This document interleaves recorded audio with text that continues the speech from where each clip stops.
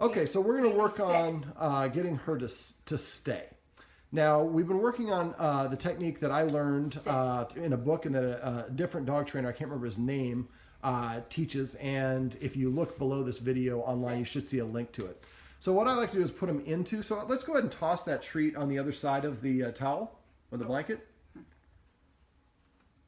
There you go. Now ask her to sit, hold one out, and flash treat her. Sit.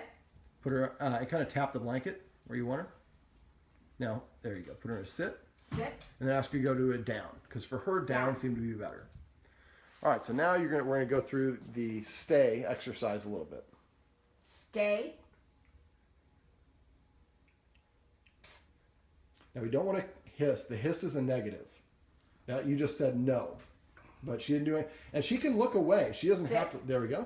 Now, pull it back. Give her a stay. Stay. Hold your hand out and say stay. Stay. Stay. So that was like through 2 seconds. Let's go to 5. Stay. And keep it on your chest. Stay. If you move it around like you did, and when you watch this, you'll see what you did. You're confusing her. So you stay and then bring it back to your chest and keep it there. There you go. Stay. Now let's go to 15. Stay.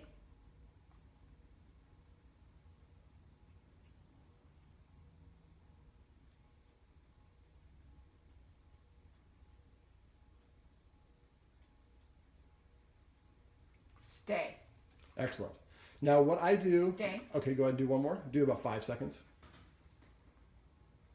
Stay. Now I'm going to have you put the treats that are in your... yeah, and when you give it to her, make sure you give it all the way. Now take the treats in your left hand and put them on to your left side on the table. Now what I'm going to have you do is put your hands together as if you're praying. And then you're going to pull them apart and you're going to say the word break, and then you're going to get up and walk away. Break. And then walk away. So that's my command, we're done. That's the release command that I like to use. I always like to have a hand signal as well as a regular one. Now, I walk away so they know we're not going to continue doing that thing. So that way, and every time you practice, always give the dog a release afterwards. The dog cannot auto-release. Okay. So she has to wait until you give her the command that she can go do her own thing. Now again, when we do this, and you'll get this in the video below, that will be below this video on my website, but you first want to do for duration, get yourself up to about 5 minutes. And I would do it with each dog, and each dog's going to be on their own table. You know, one of them might be really good at it, you might have to stick it 2 second, 2 second, 2 second, and rep that until the dog's consistent, then you can go. Now, again, don't always make them sit. I like to do half sitting, half laying down, because I have one dog that when she sits, she gets distracted. If she lays down, she can pay much better attention. So I want her to do both. Canine Good Citizen, if you really want to be strict, they have to stay in a sitting position. If you put them into a stay sit or stay down. In this case, all we want your dogs to do is develop some self-control.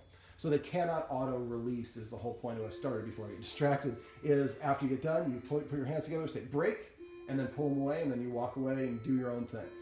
Keep this training sessions for the stay under like 5 minutes for each individual dog.